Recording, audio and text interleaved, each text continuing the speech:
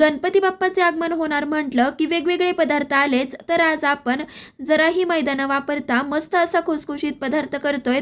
तर त्यासाठी 1.5 वाटी गव्हाचं पीठ घेतलं, त्यामध्ये पाव वाटी बारीक रवा, चिमूटभर मीठ घातलं, 1 चमचा गरम तुपाचं मोहन घातलं, व्यवस्थित एकजीव केलं, घट्टसर पीठ भिजवून 10 मिनिटं बाजूला ठेवलं.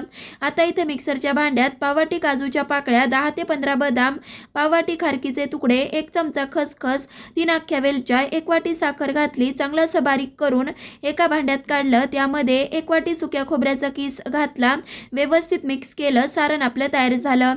इथं पीठही छान भिजलं, थोडंसं मळून घेतलं, पुरीपेक्षाही छोटा गोळा काढला, जमेल तितकी पातळ पारी लाटली. त्यामध्ये तयार केलेलं सारण 1 मोठा चमचा भरून पाकळ्या तयार केल्या.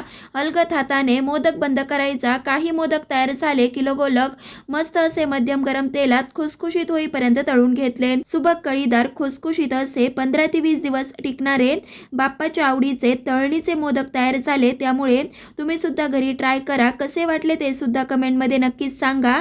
लाईक, शेअर, सबस्क्राईब ही नक्कीच करा. धन्यवाद.